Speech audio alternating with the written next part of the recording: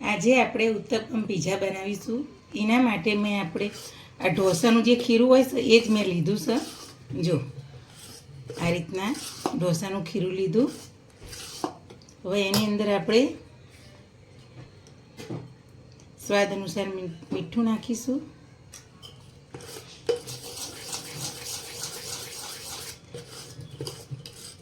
મેં ખીરું બહારથી જ લાવીશું, ઘેર નથી બનાવ્યું.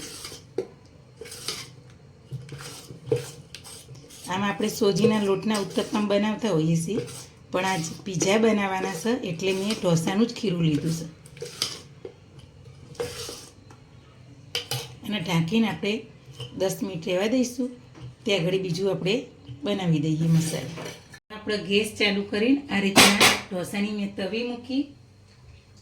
એની અંદર થોડું જો આપણી તવી ગરમ થઈ ગઈ. હવે આ રીતના ભીના કપડાથી આપણે આ રીતે ગ્રીસ કરી નાખ્યું.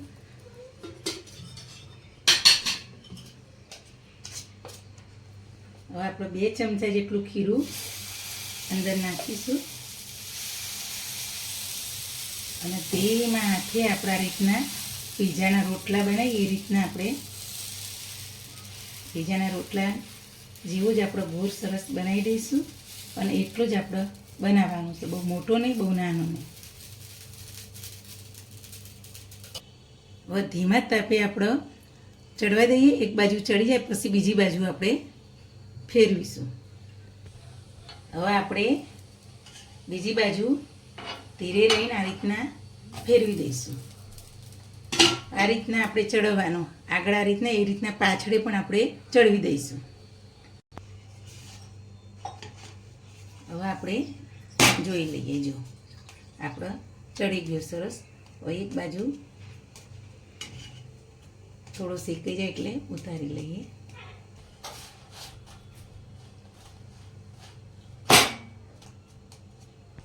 હવે આ રીતના આપણે બધા રોટલા બનાવી લઈએ પીઝાના.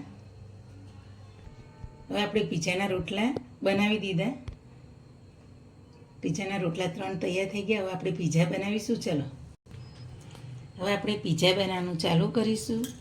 આપણે પીઝાના રોટલા ઉપર આ રીતના પીઝા સોસ લગાવી દઈશું.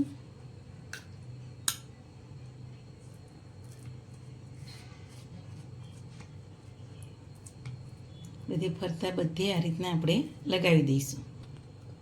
હવે આપણે મોજરેલા ચીઝ આની અંદર બધે લગાવી દઈશું.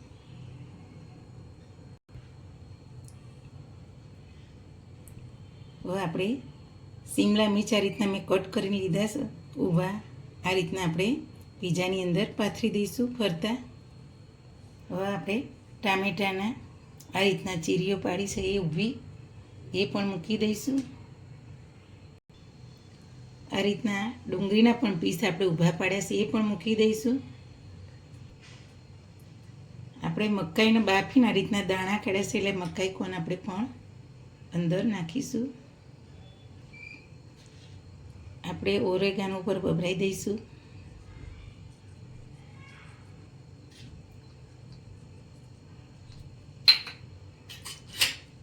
ચીલી પસ પણ નાખીશું.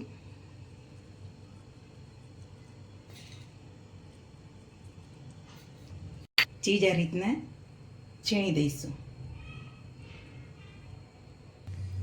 હવે આપણે પીઝા તૈયાર થઈ ગયો. હવે આપણે એને શેકી લઈશું. આપણે લોખંડની તવી લીધી છે ભાખરી કરવાની. એના અંદર આપણે આ રીતે તેલ લગાવી દઈશું. આ રીતના આપણે ફેરવી દઈશું.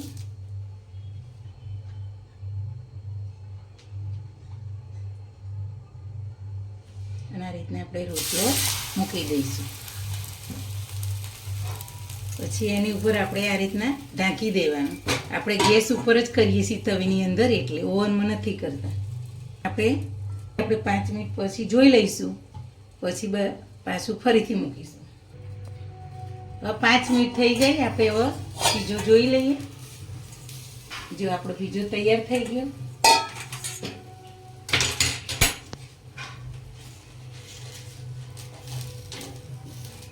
ઉતારી લઈએ આપણે પીઝાને, મૂકી દઈશું. બીજો પણ આપણે પીઝો આ રીતના શેકી લઈશું. આપણે ગેસ ઉપર બનાવીએ છીએ એટલે આપણે 5 મિનિટ માં જ થઈ જાય છે. આપણે ઓવન હોય તો ટાઈમ મૂકીએ છીએ. આમાં ટાઈમ આપણે 5 મિનિટો રાખીએ, પણ કદાચ ના થયો હોય તો બીજું આપણે 5 મિનિટ રાખી શકીએ. પણ મારે 5 મિનિટમાં થઈ ગયો. હવે એના આપણે કાપા કરી લઈશું.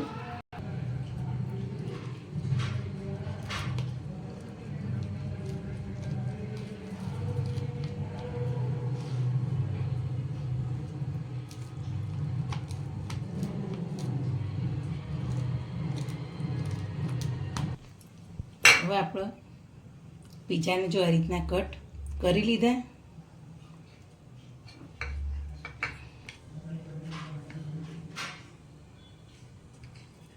સર્વિંગ પ્લેટમાં આપણે પીઝાને કાઢી લીધા.